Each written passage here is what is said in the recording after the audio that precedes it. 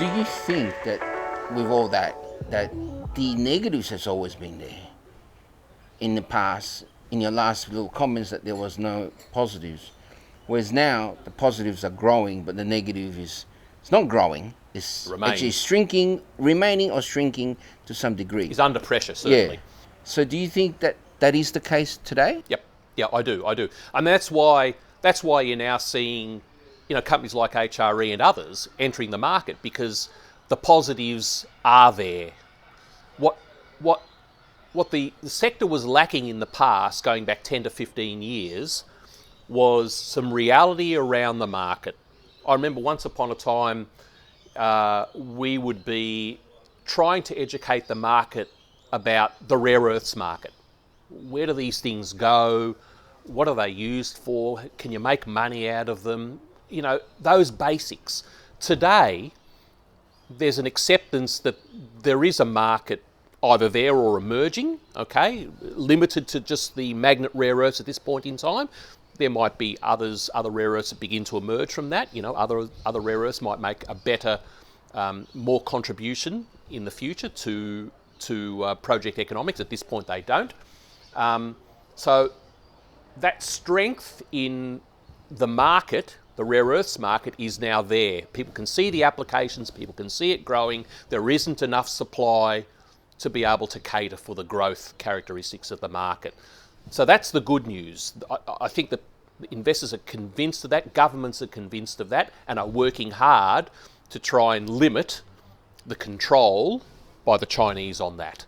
So that's the really good news. And as I say, it allows companies like ours and many others to now enter the market at the exploration stage to try and be a participant in that market. None of us are yet, but we're all aiming to get there, of course. And at HRE, I'm now starting to see signs in our metallurgical development, particularly, that we could get there. And I wasn't really prepared to say that even as recently as 3 to 4 months ago, in the absence of the metallurgical results that have come through in July and earlier in December of last year. And I invite investors to go and take a look at those two market announcements, late December and July of this year, to understand the real important market announcements that we've made. On top of that, a market announcement we made in either early May or late April around the fact that we discovered rare earths up to 14 kilometres away from our main resource area. So that's now hopefully giving investors some optimism that the land position that we hold in the Carolinia region has the potential to host many, many hundreds of millions of tonnes of resources, perhaps even up to 1 billion tonnes of resources, which is the sorts of numbers that are going to be required if you're going to have a long-term sustainable operation. I think you're talking to, and I said, the value I think I've learned over the year and a half since the sort of clay rare earths popped its head out is that I've spoken to so many different people from different projects in hearing, and I find that the variability in the resource is there, whether you're a granitic source or not. But I think there must be something with the chemistry, because what I'm seeing with the West Cobar guys, which we see, or amphibolite mafic source hosts, call them hosts, must be doing something to give them extra grade and extra heavy rare earth content and things like that. Because I'm seeing that in your stuff, and I'm seeing the numbers there. I think, not to say that, I've got the crystal ball, but history repeats itself to some degree, right? And I think I can see the variability, and I think, this might be different. Because there's another one I spoke to where the MREO was a lot, quoted at 33%, but they're on a different type again, more sediment style. So I'm pretty sure the host must have something. But anyway, that's just my 2 cents worth. We do have variability. There's absolutely no question. Name a deposit that doesn't, or any description. They're all variable and so on. And we have some restricted intervals of 30, 40% magnet rare earths of our composition. Probably means that we've got some acid-resistant minerals sitting there, either monazite, xenotime, or something like that, which we're not going to be able to get access to anyway. Okay, because they won't leach. All right, so they'll be going back into the hole, unfortunately. But that's life. You know, that's the 20% of the rare earths that you won't recover. Okay, using our processes, you might be able to recover it. In an ideal world, if you had much higher grade sitting in the ground, you'd recover those sorts of minerals with an acid bake, which is what the hard rock guys are doing. You know, they might have a pre-leach. Arafura has a pre-leach. Linus doesn't. Hastings doesn't. They just have physical beneficiation, produce a 40% concentrate, 40+% concentrate going into a bake. That's what you need. They're the sorts of numbers that you need going into a bake. If a clay-hosted project talks about, I don't think anyone would, but if they talk about recovery of rare earths using a bake, that's just nonsense. The clay hosted stuff will be recovered via ammonium sulfate desorption or an acid leach. They're really the only options that we have. But there is variability, absolutely some variability. We've got to try and get on top of that. I'm driven by numbers. Our average numbers of recovered rare earths at leach is 80+%. That's where I want to keep it. Whether it jumps around from 75 to 90, great, no problem. I would just want to keep it in those sorts of numbers so that we maximise our revenues. That's the name of the game. I think that's the key. I think that's the takeaway, is that today, a while ago it was like, oh, this guy's acids, you don't use too much acid.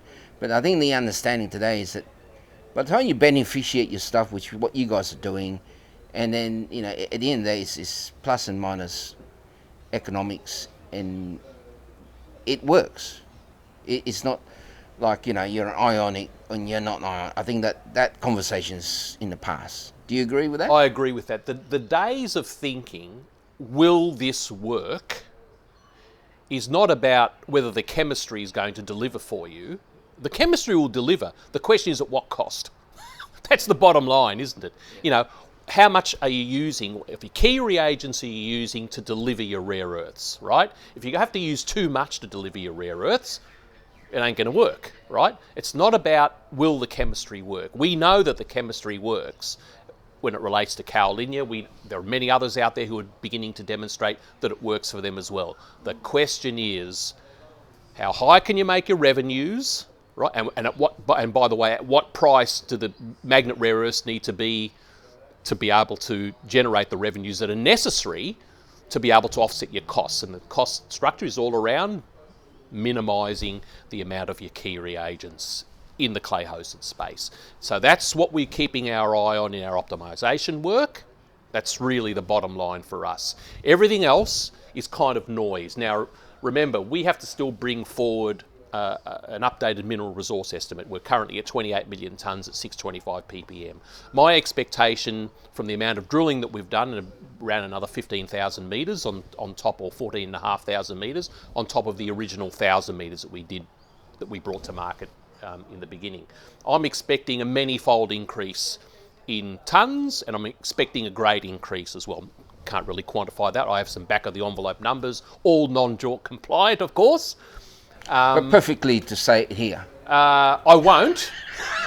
As much as you'd like me to, I won't. But nevertheless, that's coming up in September. Those numbers are coming up in September. So between that and an exploration target that we'll bring forward as well, and that exploration target will be informed by far field drilling that we've done, and there's a map on the presentation that investors can go to. They'll see that we've drilled a whole bunch of holes on existing tracks. So informed by that information, and also some airborne electromagnetics that we haven't shown in the public domain, that were flown by previous operators. There are some lines across our tenement, some close space stuff in the areas that we've drilled most intensively, so that helped to guide some of our drilling in our resource area, and then some other flights that were made by previous explorers on much wider line spacing over the rest of our tenement. So that will help inform our exploration target, which hopefully will be a four-figure number, 1 billion tonnes or something, probably going to be in the hundreds of millions of tonnes, but we'll see what that pops out at. That's only part of the story. That's the part of the story that tells investors that we have the capacity to be able to build a large project. The other part of the story is all around economic viability, technical and commercial viability, and that's the metallurgical side of the business. When we listed, We said that we would like, within about a year of listing, to come up with a fairly definitive statement on both of those aspects. And I think it'll probably take us about 15 months instead of 12 months. So I think we're doing reasonably well in delivering what we thought that we could deliver within about a year of listing the business.